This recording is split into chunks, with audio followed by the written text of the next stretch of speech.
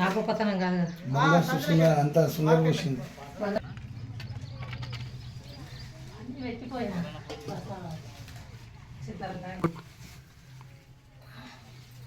శ్రీరామ రామ రామేశ్వరమే రామ రామ రామ అక్కడ మూటలు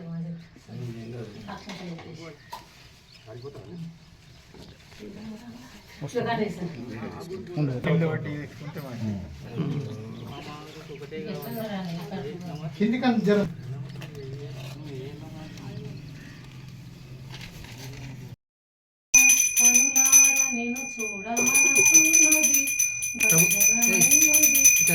నా పేరు ముక్తాబాయ్. చాలా పురాతనమైన ఆలయం కాకతీయ రాజులు కట్టినది. వెలుగుర్తిలో వెలుగు వెలుగు పోయి వెలుగుర్తి అయింది.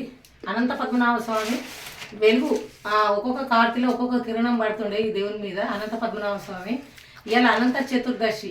ఈరోజు ప్రత్యేకత ఏమది? అనంత చతుర్దశి అంటే వత్తులు కాల్చుకుంటారు. 1,00,000 ఒత్తులు 1,00,00,000 ఒత్తులు ఇలా కాల్చుకుంటారు.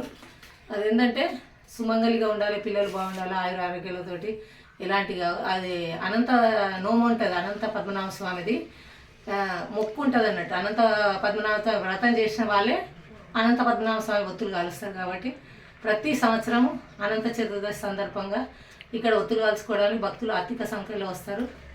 అది పురాతనమైన కాకతీయ రాజులది కాబట్టి అందరూ వచ్చి వాళ్ళ జన్మ ధన్యం చేసుకోగలరని కోరుచున్నాను.